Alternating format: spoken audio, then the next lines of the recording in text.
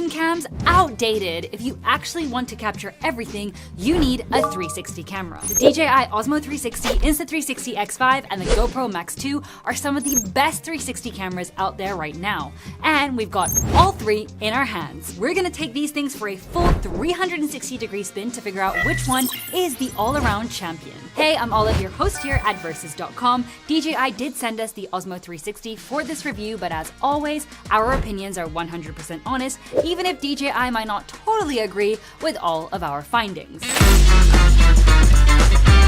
Let's dive right into the video quality because that's why you're all here, right? So a quick look at the camera specs. The DJI comes rocking dual square 1/1.1 inch sensors and an f1.9 aperture.